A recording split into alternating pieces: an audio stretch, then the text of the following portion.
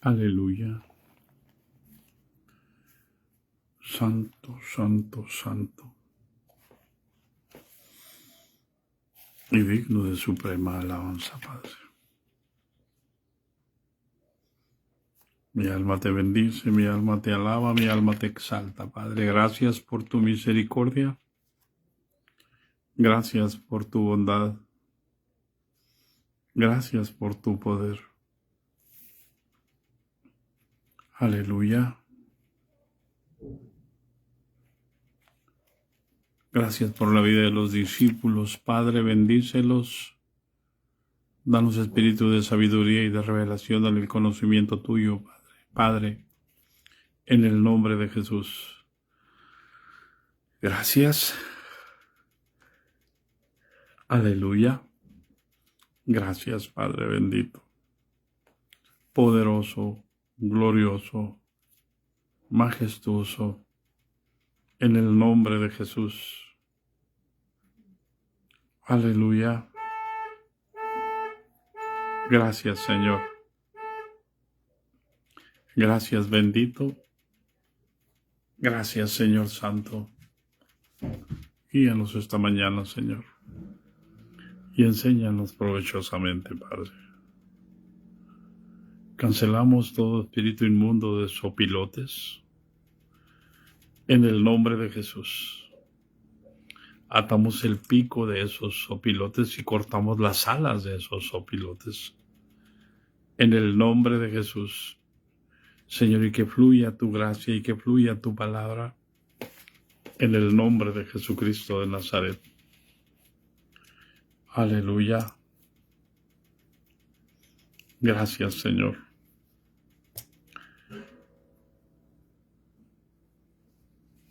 Aleluya. Ahí se queda, hermano.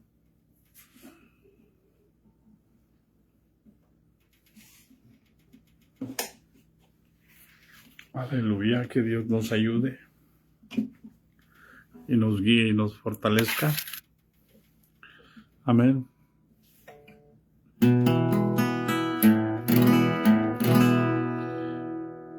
A veces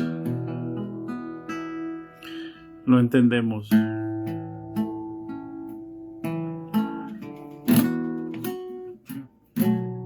Pero Dios es bueno. Hay cosas que no vamos a entender de momento.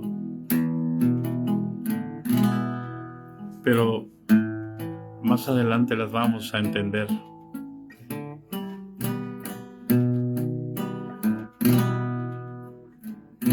Así que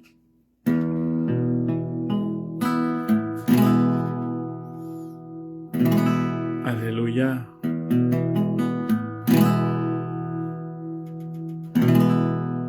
No me he cansado, Señor, de andar contigo. A cada paso te amo más y más. Hacia la gloria me llevas avanzando. Y como Enoc mi ser transportará. Vámonos un poco más arriba.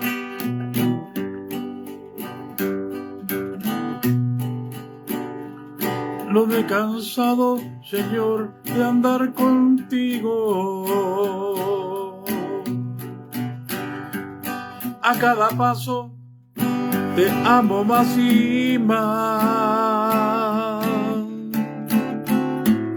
Hacia la gloria me llevas avanzando. Y como Enoc mi ser transportará. Permíteme guardar mi testimonio. Hay quien lo pierde muy cerca ya de entrar, como Moisés que estando en la frontera, solo alcanzó la tierra divisar.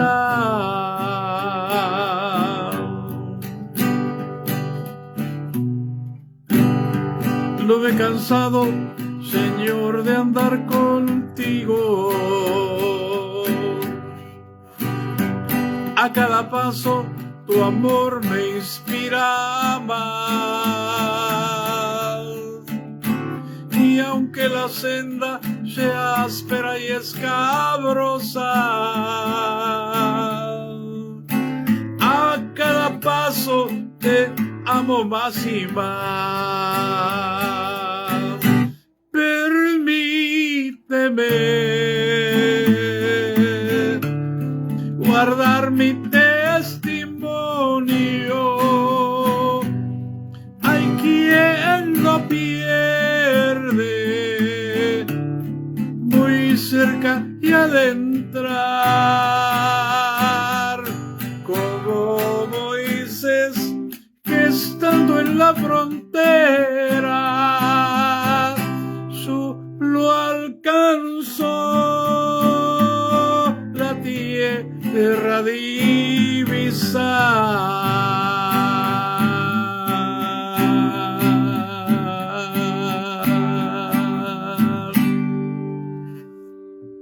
Aleluya, aleluya.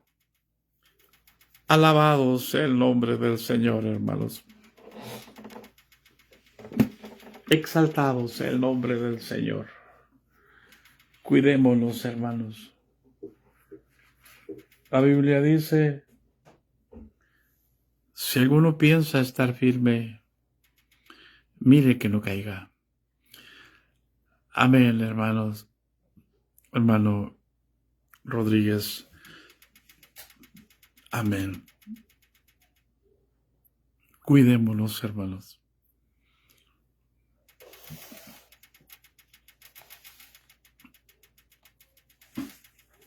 Así que damos gracias a Dios por su misericordia. El día de ayer, hermanos, estuvimos viendo la importancia de trabajar. El trabajo es lo primero que Dios le dio al hombre. Así que el versículo 10 del capítulo 9 del segundo de los Corintios dice, y el que da semilla al que siembra,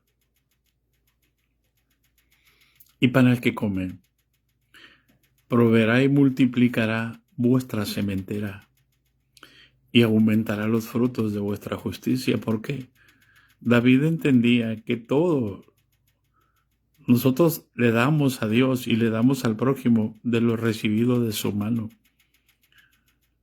¿Por qué? Porque cuando Dios da, es para repartir. ¿Hay alguien en casa? ¿Para qué? Para que estemos enriquecidos en todo. ¿Qué nos dio Dios, hermanos?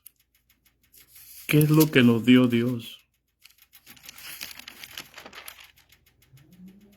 Había un testamento y el testador tuvo que morir para que nosotros recibiéramos la herencia. Es Cristo en nosotros la herencia. Por eso dice, y poderoso es Dios para hacer que en nosotros abunde toda gracia, a fin de que teniendo siempre en todas las cosas todo lo suficiente. ¿Qué quiere decir esto? Que todo es nuestro, hermano, porque si nosotros, todo es de Cristo, y si nosotros somos de Cristo, todo es nuestro. Nosotros somos, la mayoría de los cristianos somos pobres porque no entendemos que tenemos la mente de Cristo. Nuestra mente piensa siempre pobremente. Y no entendemos que en Cristo todo es nuestro. Y que estamos enriquecidos. ¿Para qué, hermano?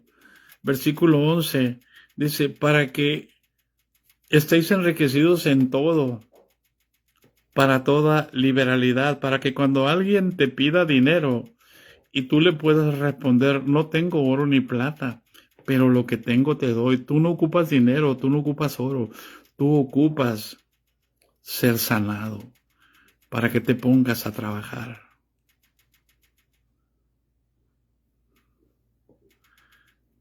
Y en el nombre de Jesucristo, levántate y anda. Y al instante se enderezaron los huesos de aquel hombre que estaba desde su nacimiento. El problema nuestro es que nosotros en riqueza pensamos en dinero. Ese es nuestro problema.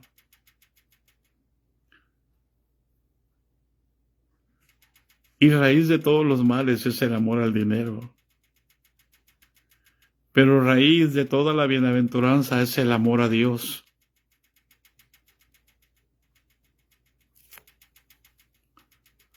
Raíz de todos los bienes es el amor a Jesús. Riquezas, dice Jesús, eres rico. ¿En qué piensas? ¿En que tienes casa? ¿En que tienes carro? ¿En que tienes una empresa? ¿En que tienes una familia bien acomodada? ¿En que tus hijos son profesionistas? Esa es una mente pobre. El que piensa que no tiene para comer, teniendo el pan de vida con él. El que piensa que no tiene nada que beber, teniendo el agua de vida en él. ¿Cómo podremos entrar al reino de Dios con esa mentalidad?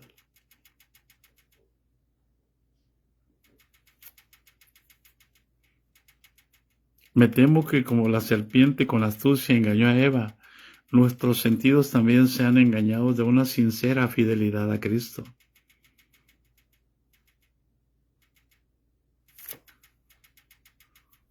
Jesús dijo, mirad, la abundancia del hombre no consiste, la grandeza del hombre no consiste en la abundancia de bienes que posee.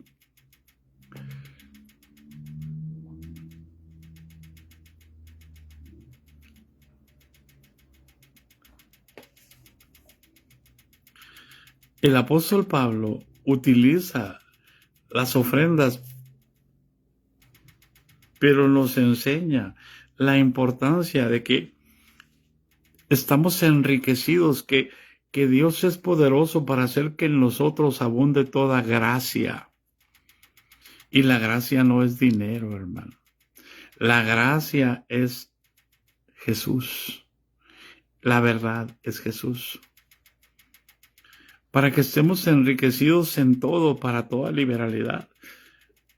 Para que cuando alguien nos pida dinero, nosotros le demos algo más importante que el dinero.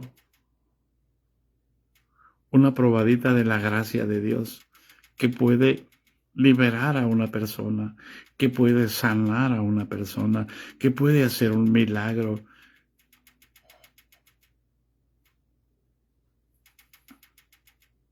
¿Y eso qué produce, hermanos? Tú le puedes dar dinero a una persona y la persona se va a hacer adicta a ti. Ya no va a buscar al Señor, te va a buscar a ti.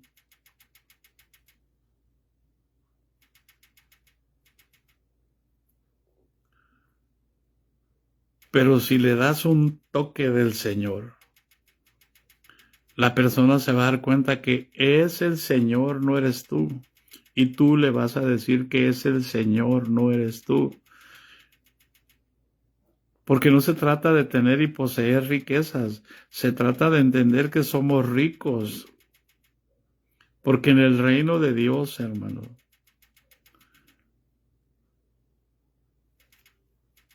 hay todo. Toda la bendición que produce el Altísimo. Por eso Él dijo en Mateo 6:33, más buscad primeramente el reino de Dios y su justicia, y todas las demás cosas serán añadidas. ¿Qué quieres? ¿Qué ocupas? Qué triste es escuchar gente. Me acuerdo Alguien me comentaba, la esposa del pastor se puso a pedirse, es que no tengo dinero para comprar una bolsa para ir a la convención que le quede a mis vestidos.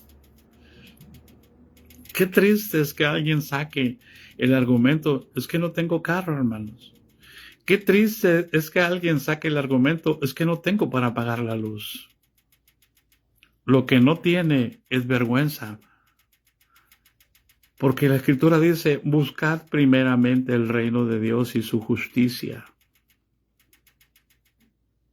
Y todas las demás cosas serán añadidas. ¿Hay alguien en casa?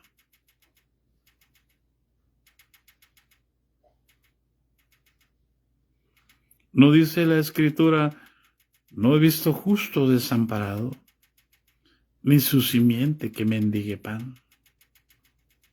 ¿Cambiaré la Escritura?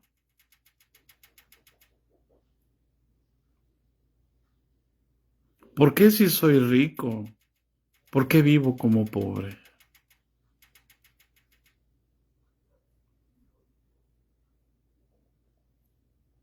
¿Por qué si Cristo está conmigo y todo es de Cristo y nosotros somos de Él? ¿Por qué tengo que andar haciendo eso?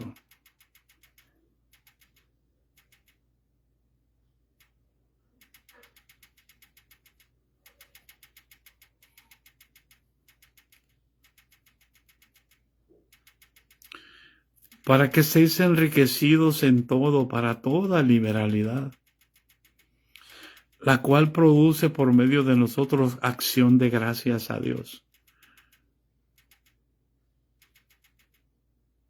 ¿Qué crees que pasó con aquel cojo de nacimiento que estaba en la puerta del templo de la Hermosa? Se convirtió a Jesús, dejó el judaísmo.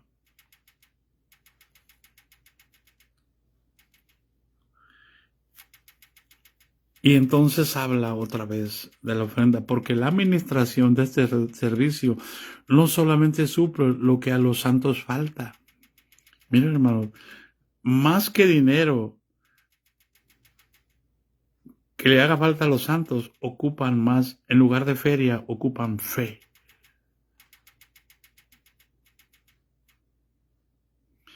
Porque el apóstol no quería crear una dependencia a estar esperando que me llegue la ofrenda para poder decir, ahora sí voy a hacer estas cosas.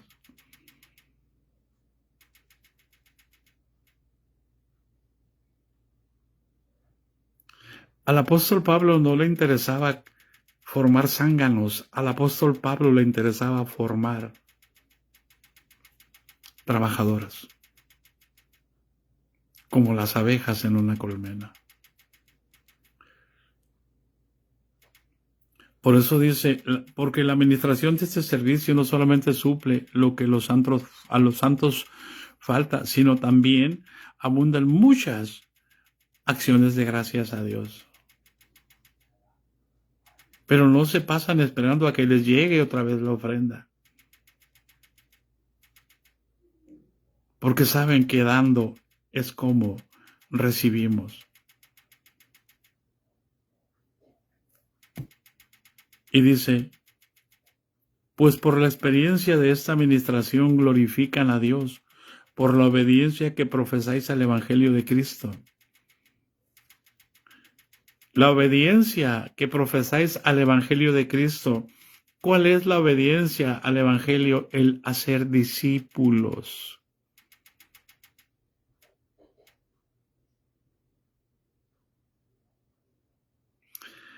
¿A qué mandó Jesús? Por tanto, id y haced discípulos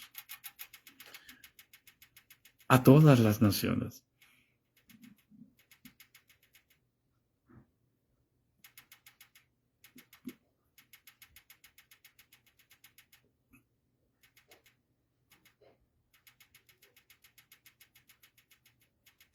¿Hay alguien en casa? ¿Cuáles son las acciones de gracias? Yo puedo dar gracias a Dios porque el hermano me dio este dinero, hermano. Pero este dinero sirve para muchas necesidades, no para las mías exclusivamente.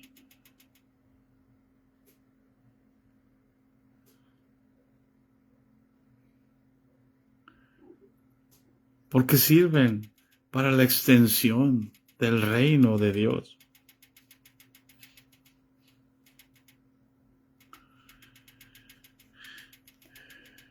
Glorifiquen a Dios por la obediencia que profesáis al Evangelio de Cristo. El Evangelio de Cristo no consiste, hermanos, en ayudar a los pobres solamente, sino en predicar a Cristo, sino en enseñar a Cristo, no solamente con palabras, sino con el ejemplo.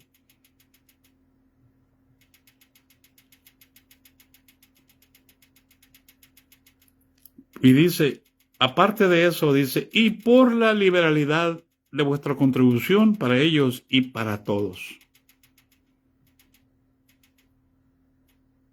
Amén. Entonces ellos se dieron cuenta que ellos también tienen que ser liberales para dar.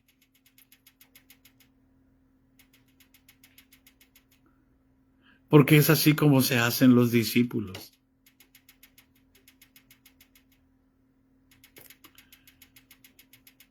El 14 dice, y asimismo en la oración de ellos por vosotros, o sea, no solamente daban, sino que estaban orando por ellos, a quienes aman a causa de la superabundante gracia de Dios en vosotros. Porque miraban que Cristo estaba en ellos, o sea, es la ofrenda para los santos, no la ofrenda para los que van solamente a la iglesia a ver qué les dan, y si no les dan nada, ya no van.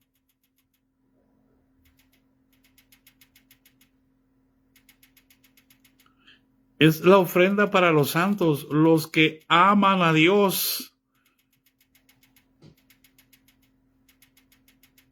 Pero por las circunstancias se vieron en necesidad, no porque eran flojos, no porque eran ociosos.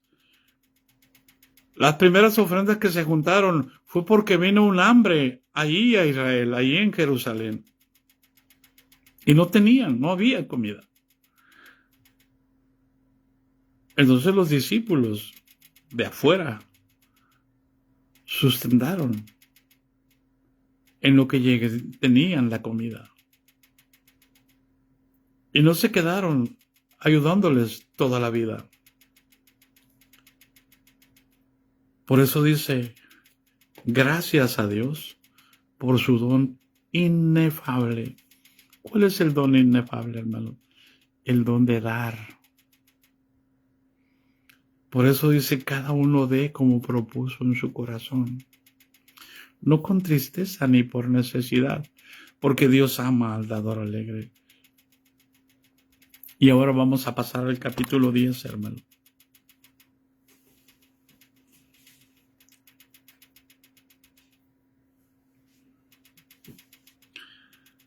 Aleluya. El hecho de que yo diga esto, yo sé que les pega en la boca a muchos, hermanos.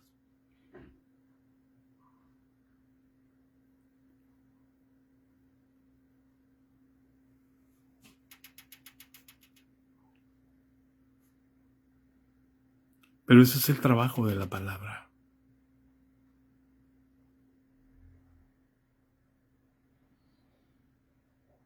Y el apóstol Pablo era atacado terriblemente por causa de esas ofrendas y por causa de su ministerio.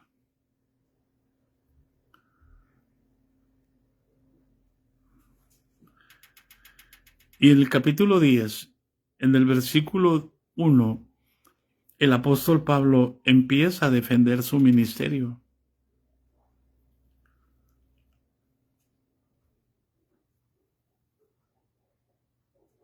Y defender su ministerio no es defenderse a sí mismo, es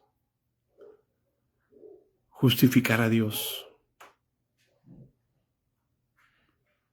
Mostrar que Dios nos ha justificado.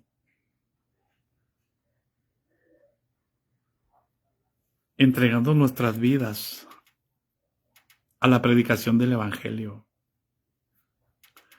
Por eso les hablé ayer o antier acerca de las condiciones de vida que existían en ese tiempo. Ir y llevar el evangelio es enfrentarse a la muerte, hermano.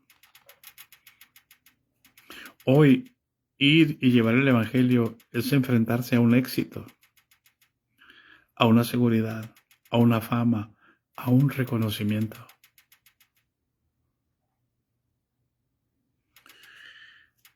Y entonces el apóstol Pablo les dice: yo, Pablo, os ruego, escuche, por la mansedumbre y ternura de Cristo. Porque ¿quién conoce el poder de la ira de Dios según debe ser temido?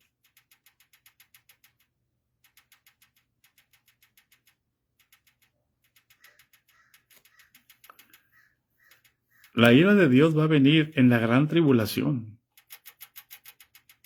Y ahí vamos a enfrentar, si nosotros no somos fieles.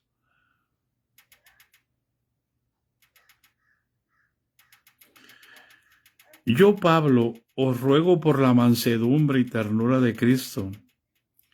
Yo, dice, que estando presente ciertamente soy humilde entre vosotros, mas ausente soy osado para con vosotros. ¿Por qué? Porque mientras el apóstol Pablo está presente, todo el mundo se aprovecha de la ternura y la mansedumbre del apóstol Pablo. Pero esos mismos, cuando el apóstol Pablo se va, cambian.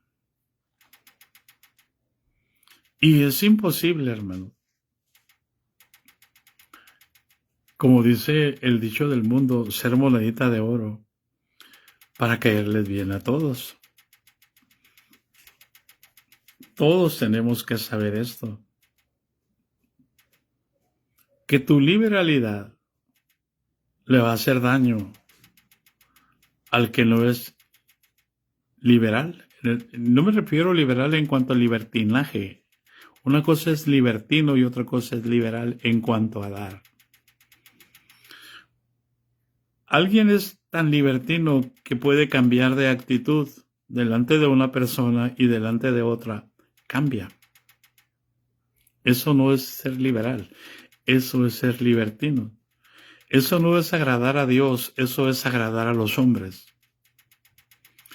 Y el apóstol Pablo dijo: si yo agradare a los hombres, no sería ministro de Dios.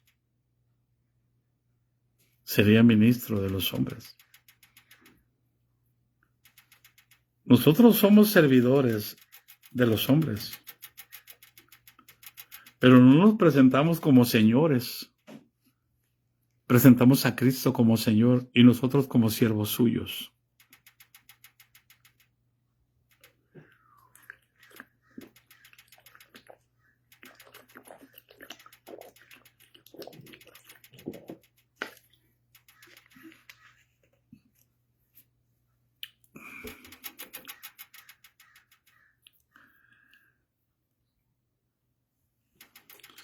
Entonces el apóstol Pablo dice: escuche, os ruego, ¿por qué, hermano? Por la mansedumbre y ternura de Cristo. Que a veces el apóstol Pablo la interpretaba como indulgencia.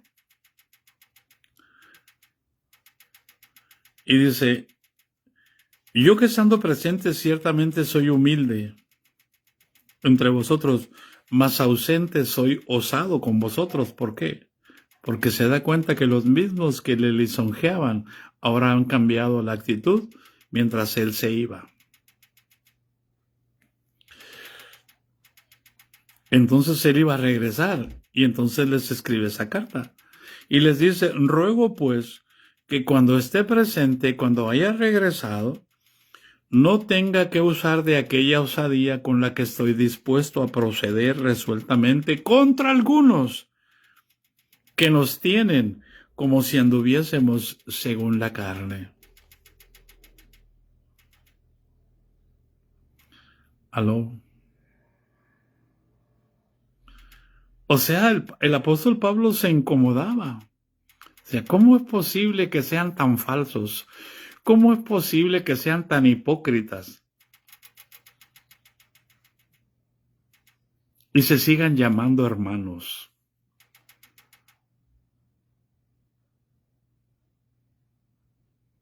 Y sigan queriendo controlar a la gente.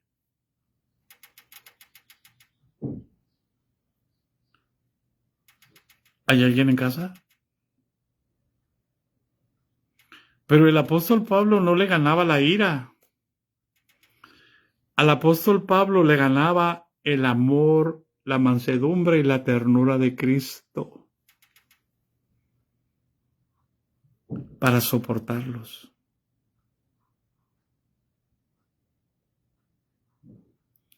Y él tiene que decir, ruego que cuando esté presente no tenga que ser osado, no tenga que ponerlos en su lugar. Ruego que Dios los ponga en su lugar, que se arrepientan y que vean que la misericordia de Dios los debe de guiar al arrepentimiento y no un regaño. ¡Vamos, allá va!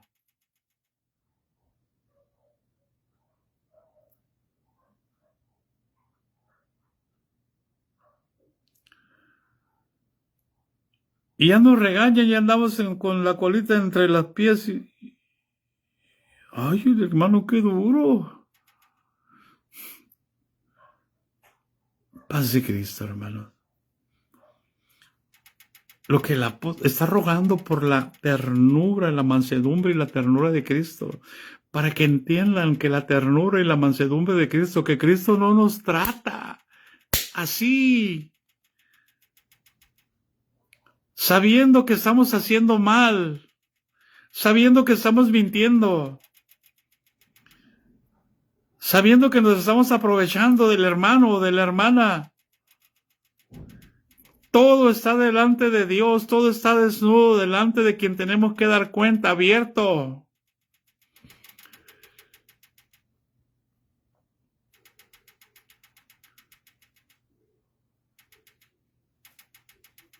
Dios está viendo lo que estamos haciendo. Y Él apela a esa ternura, a esa mansedumbre de Cristo.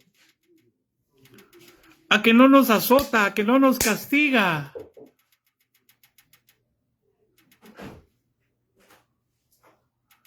Para que entendamos que la misericordia de Dios nos debe de guiar al arrepentimiento, porque tarde o temprano se va a descubrir todo.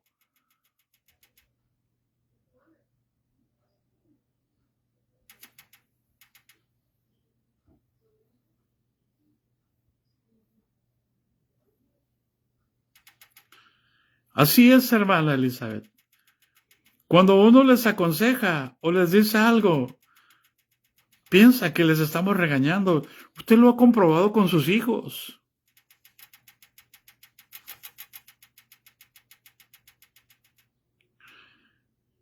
Y el apóstol Pablo los aconseja como un padre.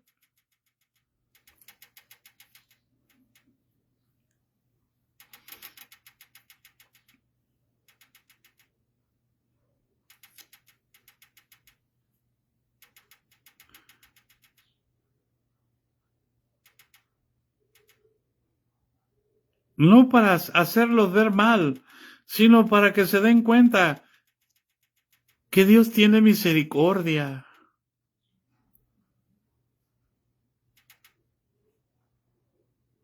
Por eso es importante, hermano, entender. Nos tienen, dice, como si anduviésemos en la carne.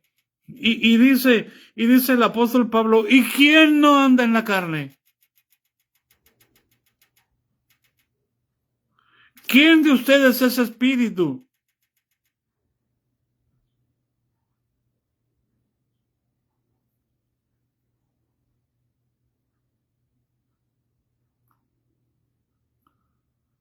¿Hay alguno que es 100% espíritu? ¿Ya? No anda en la carne todavía, ya no necesita esposo, ya no necesita esposa, ya no necesita comer, ya no necesita vestirse, ya no necesita trabajar, ya no necesita... ¿Hay alguien así ya? que puro espíritu respire.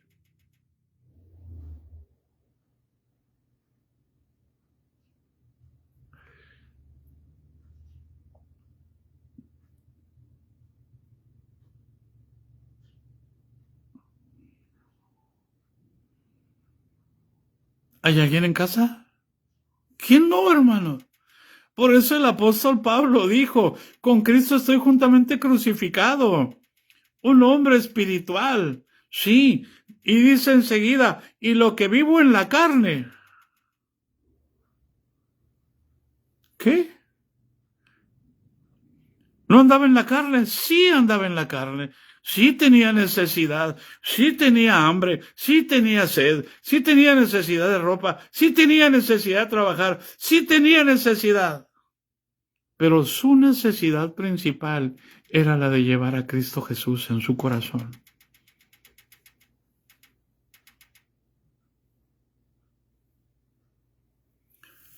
Ay, ay, ay, digan conmigo. Ay, ay, ay, esta palabra me está llegando.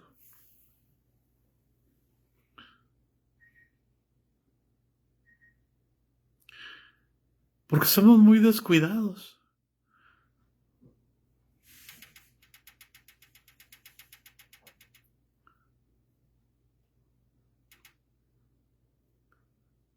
Y el apóstol dice, ¿quién no anda en la carne?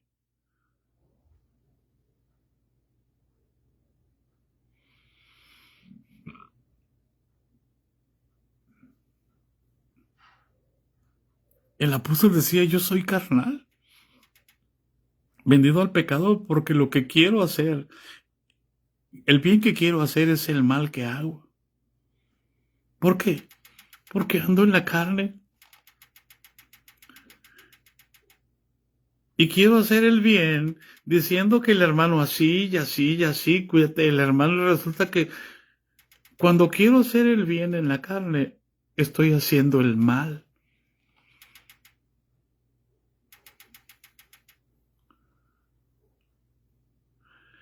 ¿Cuántos somos muy buenos para opinar? ¿Cuánta gente vino aquí a la casa a tener argumentos para hablar de nosotros?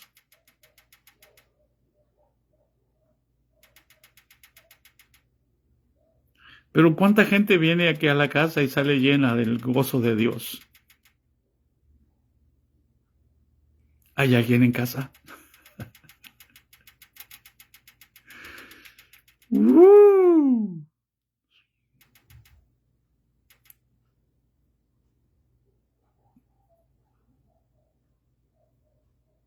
¿Por qué tenemos el hábito de hablar mal?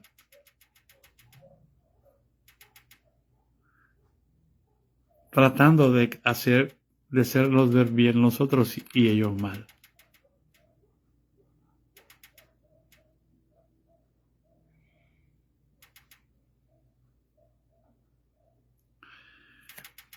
Y el apóstol les tiene que decir, hermano, si andamos en la carne.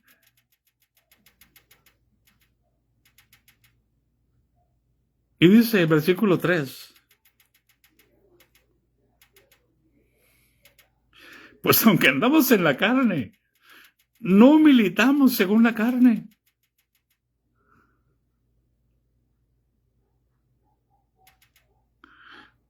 ¿Por qué no podemos militar según la carne? Porque la lucha no es contra carne y sangre. Así que si alguien está hablando mal de mí, yo tengo que bendecirlo.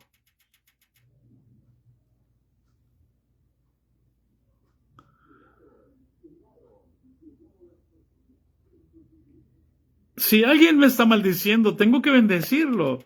Si alguien está haciéndome la vida imposible, tengo que orar por él. ¿Por qué? Porque las armas de mi milicia no son carnales, sino poderosas en Dios para la destrucción de fortalezas.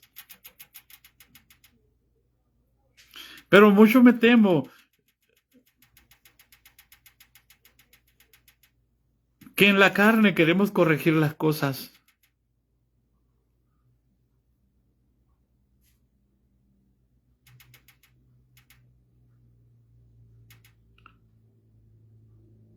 Y cuando yo quiero corregir las cosas en la carne, estoy haciendo mal. Porque ¿cómo voy a servirle a Dios en la carne si Dios es espíritu? Si la carne y el espíritu chocan.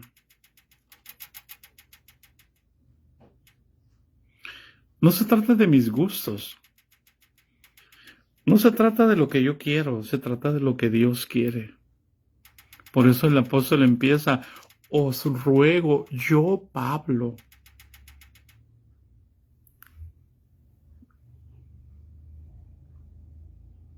Yo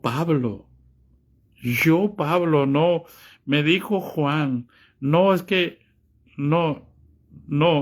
me dijo Pedro, no, yo Pablo os ruego por la mansedumbre y ternura de Cristo. ¿Qué nos dice esto? Que Él conoce la mansedumbre y la ternura de Cristo, que Él conoce a Cristo.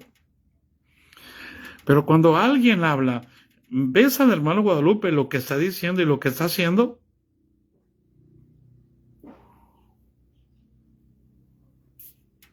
¿Conoce a Cristo?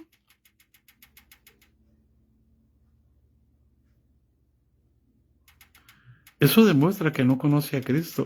Eso demuestra que esa es su justicia. Y su justicia es en la carne. Y está echando a perder el reino de Dios. Está estorbando en el reino de Dios.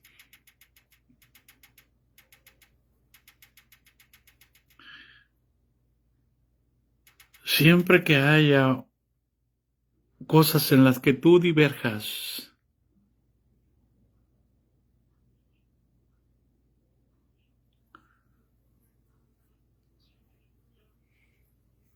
pregúntale al Señor. Y Él te va a mostrar su ternura y su mansedumbre.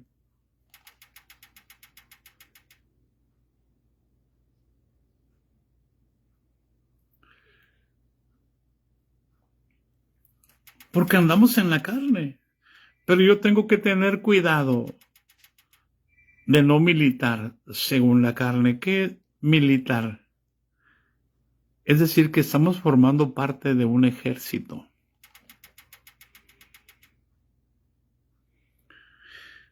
Formamos un ejército, pero un ejército que no milita según la carne, que milita según el espíritu, porque Él sabe contra quién es su guerra, contra quién es su lucha. Ese ejército sabe a quién tiene que agradar.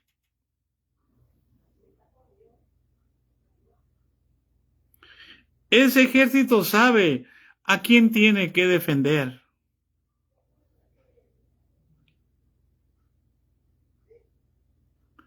Ese ejército sabe a quién tiene que ayudar.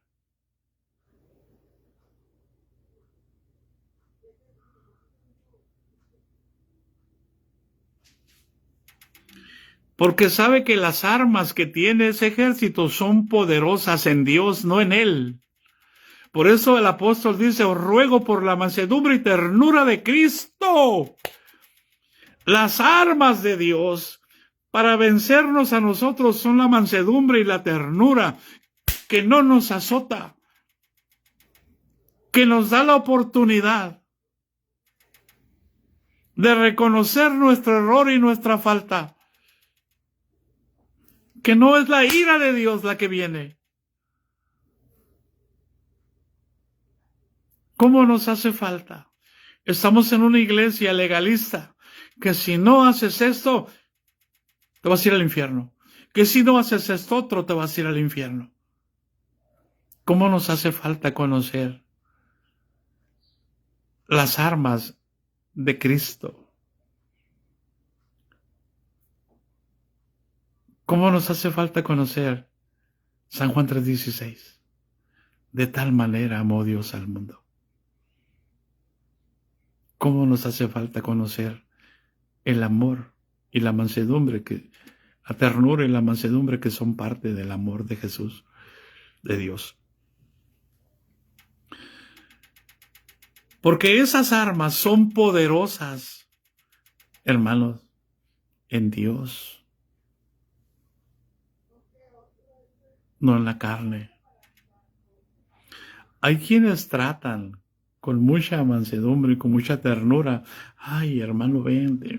Ay, hermano, pero es que casi, yo sí te voy a comprender. Mira, yo sí te voy a amar.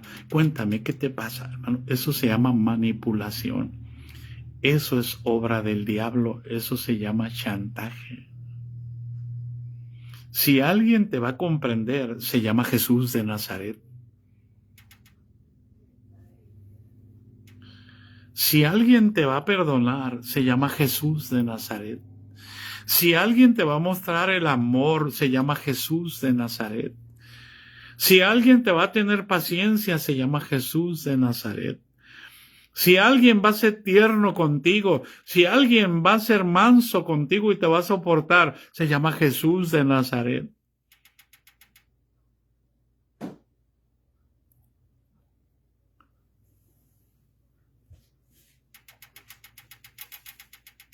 Por eso es tan importante no juzgar nada antes de tiempo.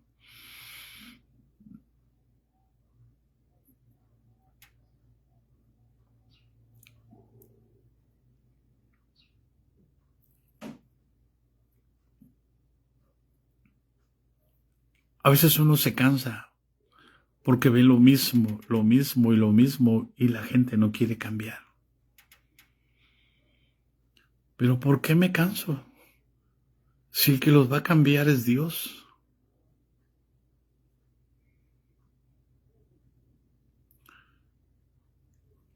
Porque las armas de nuestra milicia no son carnales, hermana.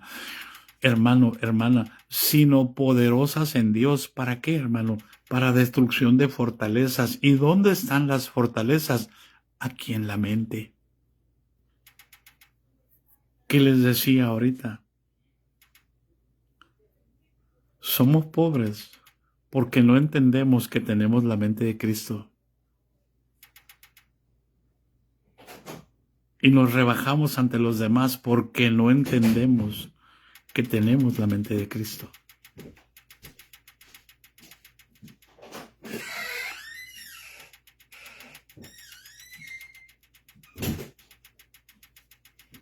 Amén, hermano. Es tan importante, hermano. Debemos estar enriquecidos en todo. ¿Con qué? Con las armas de nuestra milicia, hermano.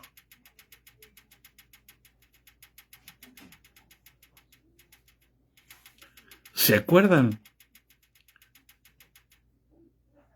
En el capítulo 9 de San Juan, se encuentra con un ciego de nacimiento y los discípulos le preguntan a Jesús, ¿quién pecó, este o sus padres, para que haya nacido ciego?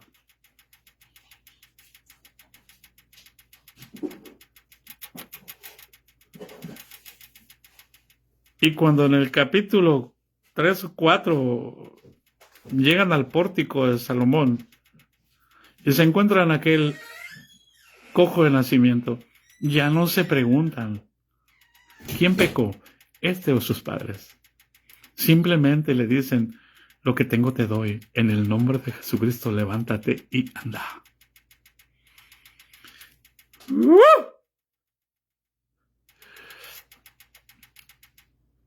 No estamos nosotros como los discípulos, se está así porque así, así, así, así. No somos muy ligeros de pensamiento. Cuando las armas de nuestra milicia no son carnales. Por tanto, tenemos que cuidar nuestros pensamientos, que no sean carnales, que no sean de juicio.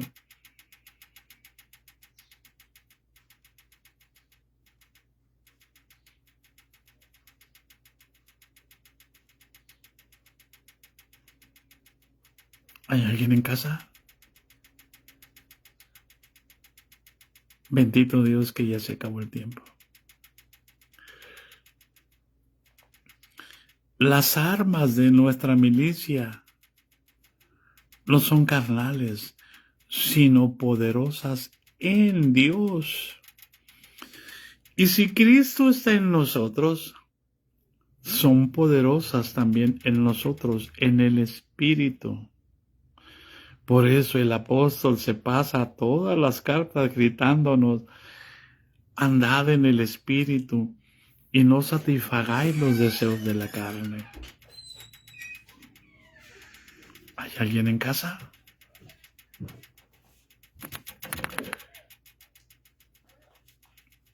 Las armas de nuestra milicia no son carnales, sino poderosas en Dios. ¿Para qué? Para la destrucción de fortalezas.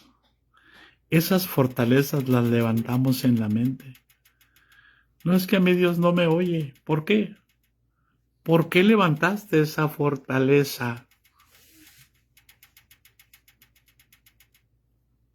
Esas fortalezas te hacen falso. No es que Dios no está conmigo porque vemos las circunstancias.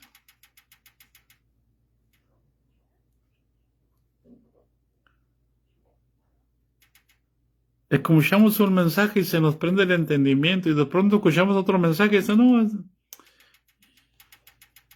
¿para qué lo vamos escuchando si nos está regañando nomás?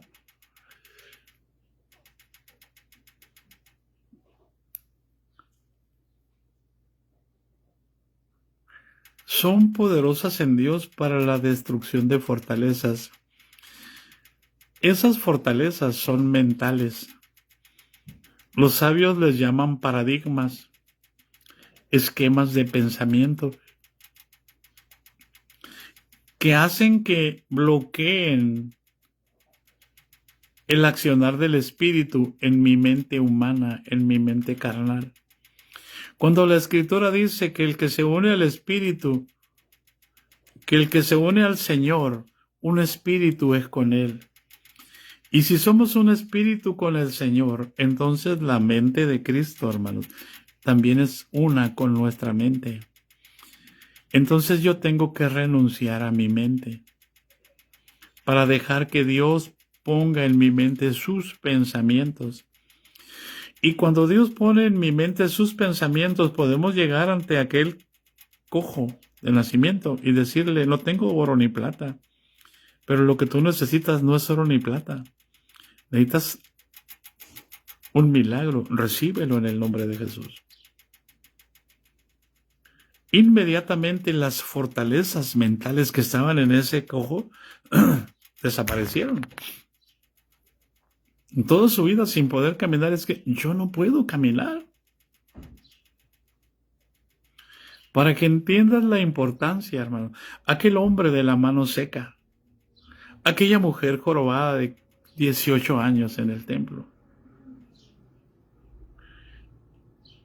Él decía, su mente estaba cauterizada, es que yo no puedo mover este brazo. Y llega Jesús y le dice, extiéndelo.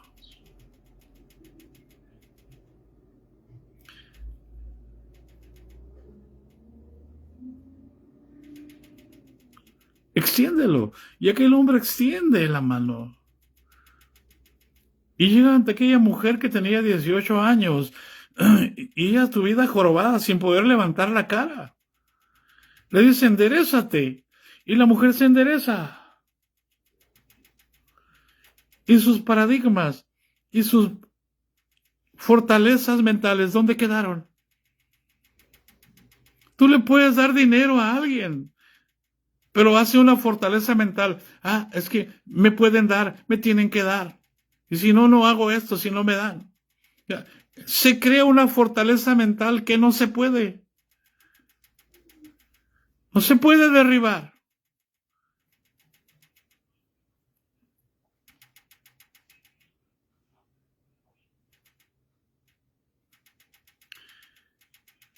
¿Qué quieres que el Señor haga contigo?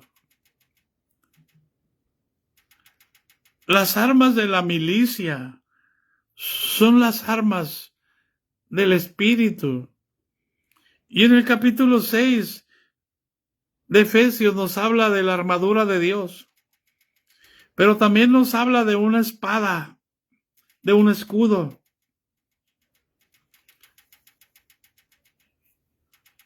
De un casco, de una coraza.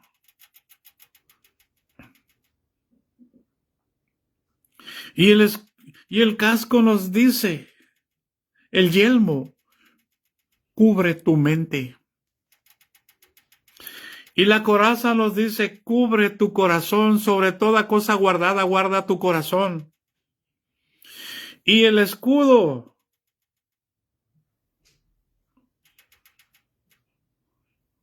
filtra lo que oyes. ¿Para qué? Para que puedas usar correctamente la espada y para que puedas llevar la paz con el apresto del Evangelio. Y la espada es para derribar argumentos, para cortar de esa mente carnal y venga una mente espiritual. Y crea que Dios ha puesto su mente. Por eso es tan importante, hermano. Yo necesito derribar argumentos y toda altivez que se levanta contra el conocimiento de Dios. El médico me puede decir una cosa, pero yo tengo que preguntarle al Señor, Señor, ¿es correcto eso? ¿Hay alguien en casa? Por eso yo necesito buscar la mansedumbre y la ternura de Cristo. Porque en esa mansedumbre y en esa ternura, Él me dice, hijo, yo estoy contigo.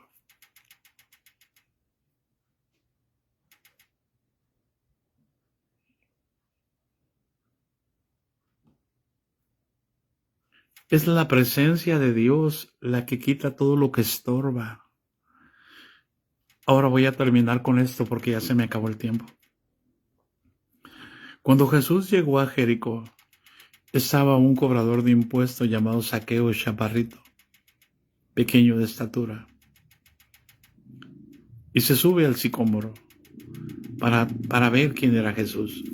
Y cuando va pasando Jesús de pronto por abajo, levanta su vista y le dice, Zaqueo, bájate de ahí, porque es necesario que esta noche yo pose en tu casa.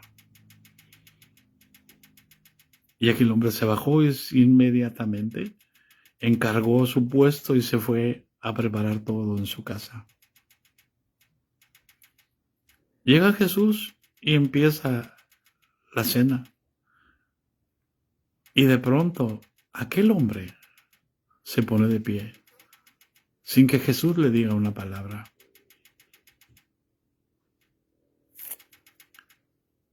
Y aquel hombre dice, Señor, la mitad de mis bienes doy a los pobres. Y si a alguien le he defraudado, se lo regreso 4 veces. Y Jesús dice, la salvación ha venido a esta casa. ¿Quién rompió sus esquemas de pensamiento?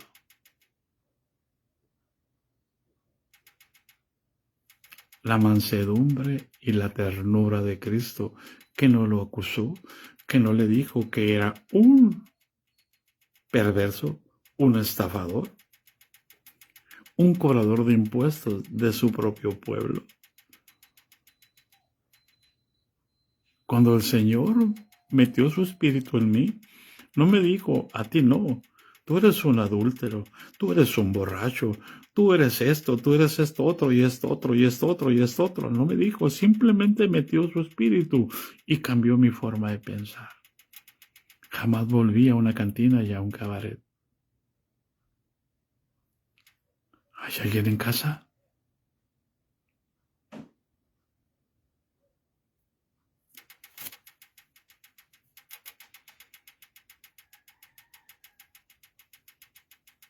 Les ruego, hermanos, por la mansedumbre y ternura de Cristo, que Dios me conceda nunca tener que regañar a alguien,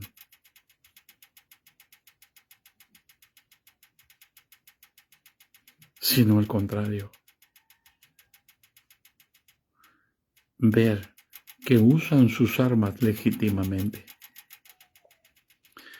Eso es llegar a ser un discípulo. Aquí paramos. Mañana, si Dios nos concede, seguimos. El Señor Jesucristo te bendiga y te guarde, y haga resplandecer su rostro sobre ti y tenga de ti misericordia. El Señor Jesucristo alce sobre ti su rostro y ponga en ti paz. La gracia de nuestro Señor Jesucristo sea con todos nosotros. Amén. Amén, hermana Jenny. Amén, hermana Elizabeth Ángel. Amén a todos, hermanos. Los bendecimos en el nombre de Jesús, y que Dios nos dé gracia y nos dé sabiduría para derribar aquí en mi mente toda altivez que se levanta contra el conocimiento de Cristo. Amén, hermano Alonso. Aleluya. Los bendecimos a todos, hermanos. Gloria a Dios. Prepárense para irnos al campamento de Culiacán, en el nombre de Jesucristo. Aleluya. Glorificado sea el nombre del Señor. Ya soy mucho mejor, hermano. Ayer fueron 2 semanas de la operación. La doctora, la cirujana me dice que en 3 semanas cicatriza correctamente todo. O sea, tenemos 1 semana todavía sin hacer esfuerzos. Ay, que Dios nos dé gracia, porque ahora que uno está quieto, se da cuenta de todas las cosas que hacen falta. Pero aquí vamos, hermanos. Ya el próximo martes tendremos 3 semanas, ya podremos levantar más de 5 kilos o 5 kilos de esfuerzo. Ya podré ir a traer agua, a seguirse cuidando, como dice nuestra hermana. A ver, hermano, Dios les pague por su generosidad para con nosotros, hermanos. Los bendecimos. Aleluya.